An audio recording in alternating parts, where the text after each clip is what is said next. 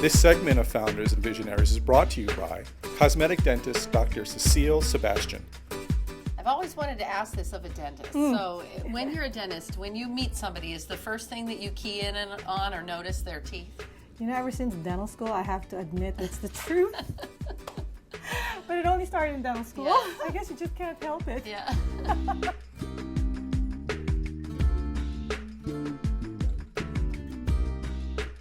Now, what do you think it was that your parents instilled in you that got you to where you are today?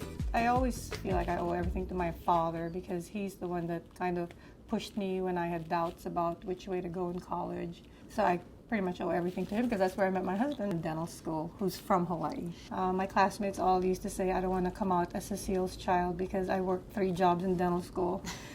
In addition to being this successful dentist, you're also a very active mom. What's your home life like, and how do you balance all of this? You need a great husband. I'm sorry. That's the only key. A great husband and great in-laws who live 2 miles away. Tell me about your practice. We do a lot more of preventive dentistry and even more complex and advanced procedures. One of the things we all enjoy doing, because patients really love the end result, are dental implants. To me, dental implants are one of the dentistry's greatest contribution to mankind. And dental implants can feel very much like their natural teeth. And psychologically, it just feels much better to have your teeth back rather than having had lost it. For seniors, can this be an alternative to dentures? That's precisely how it actually got developed. Because dentures are a very difficult prosthesis to wear in the mouth. So implants were actually developed also to hold dentures in place. 2, 3, or 4 implants, and more certainly, can be placed into the jawbone that actually the denture is attached to.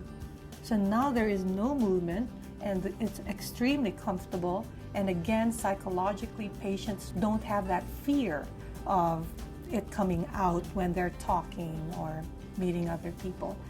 And you were mentioning some other unique specialties that you have here at the office too. Yes, when we do our dental implant surgeries, we have what's called a dental CAT scan. And what it is it allows us to view our patients in 3 dimensions. We can actually see the height and the width of the bone onto which we'll be placing the implants. And on top of that, we have special planning software which allows us to integrate both technologies to plan the surgeries in advance. We actually do the mock surgery on a computer before we do it on a patient. And from that mock surgery on the computer, we can then fabricate something called a surgical guide. The surgery is done through this special guide, which minimizes the amount of surgery, really, that the patients go through. No sutures, so this guide just puts it in exactly where we had planned it. Amazing. So yes, so the surgery is faster healing, less painful, more comfortable, and with a greater prognosis because we know exactly where those implants are going. A lot of patients come in for porcelain veneers, and a lot of patients come in for veneers who don't need veneers. So it's very important to be able to tell a patient when they do not need it, and when they do as well. In Hawaii, though, we have some very specific challenges with regard to the health of our teeth, right? That's correct. In Hawaii, we do not have fluoridated water. So studies have shown that areas without fluoridated water do have higher incidence of decay. However, in Hawaii, we have the highest in the entire nation. And that's why most in the dental community do prefer to have fluoridated water. Yeah. I will say that I grew up as a small child in an area that had fluoridated water, and they were one of the first, and I have no cavities, so. I think there is a link to Yes, that. we'll see. Or it's genetic, right? Or a combination Correct, of a combination of both. So, Correct. Yes, Wow. you've been very, very fortunate.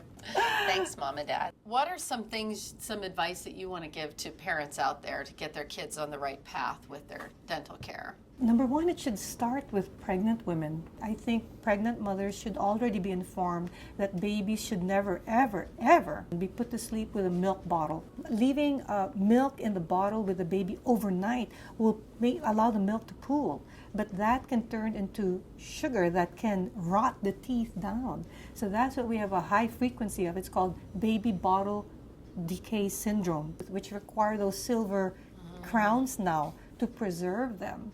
You also do lecturing in the community, and there's one topic you're very passionate about. Yes. Oh, this is so important. No, yeah, no problem. Research has found that gum disease and heart disease have a genetic link. So a lot of patients with gum disease have heart disease and vice versa.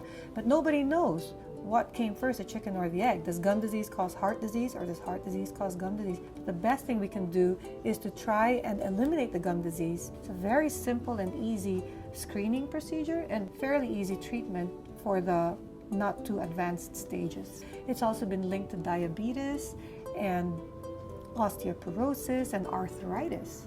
Even after all these years, you seem pretty excited about what you do. What is it that you love about being a dentist? I guess sharing the information. I enjoy speaking with other dentists because I know it's very satisfying for us and for my entire team. They just love learning together. So we also invite a lot of dentists to come in here and learn from our cases and hopefully inspire them to do it in their offices and get the education as well. What do you hope your patients take away from an experience here? I hope that the education that we provide them sends them home with an encouragement that their mouths can get better, look better, feel better, and know how to take care of it.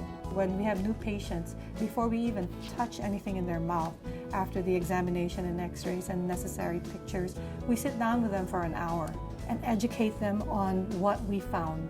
And we give them all different ways of getting their mouths healthy. I always tell them there's many ways. And you were saying becoming a dentist, really, it's like you're an artist and a carpenter. It's more than what you would think, right? That's right, correct. Dentistry is both an art and a science. So I tell a lot of my patients that I think a lot of us dentists are frustrated artists. When we design teeth, when we design crowns, a lot of that we have to know a lot about artistry really for the teeth. And we have to be able to match it to faces, match it to personalities, color, and then that has to be applied technologically and with engineering concepts in our mind. We then have to prepare teeth to accept this beautiful artwork that we've created on the computer. And then it has to be manufactured, and there's the technology. So that's what makes it exciting, and that's what makes it fun. Even for patients, they love to watch the process. They've never been so involved. Where do you want to be in another 5 or 10 years? What do you want to be doing? Hopefully mentoring more dentists, but I really, my dream, and my husband knows this, is to hopefully spend more time at more like clinics for the homeless and Aloha Medical Mission. That's my goal in life, but eventually spend more time doing more work at the less fortunate. That's my true goal.